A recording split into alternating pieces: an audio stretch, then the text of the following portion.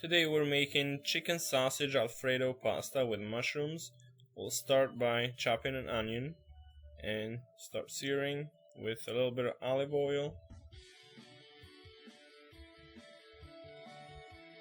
Chop the mushrooms. Sear them as well with the onions.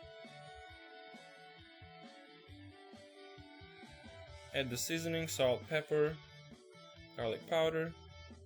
In the meantime, we boil our sweet potato pastas. Throw them into the salted water. And then we start slicing the chicken sausage and throw them with the mushrooms.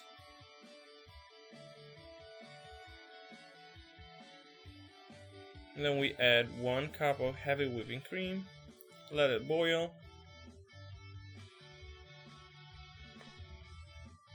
Then add 1 cup of grated Parmesan cheese.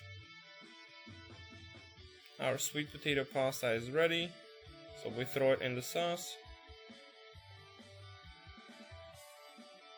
We mix it all up. Allow the sauce to thicken for 3 to 5 minutes before you serve. And enjoy this beautiful dish. Very tasty. Cook at home, save money, enjoy.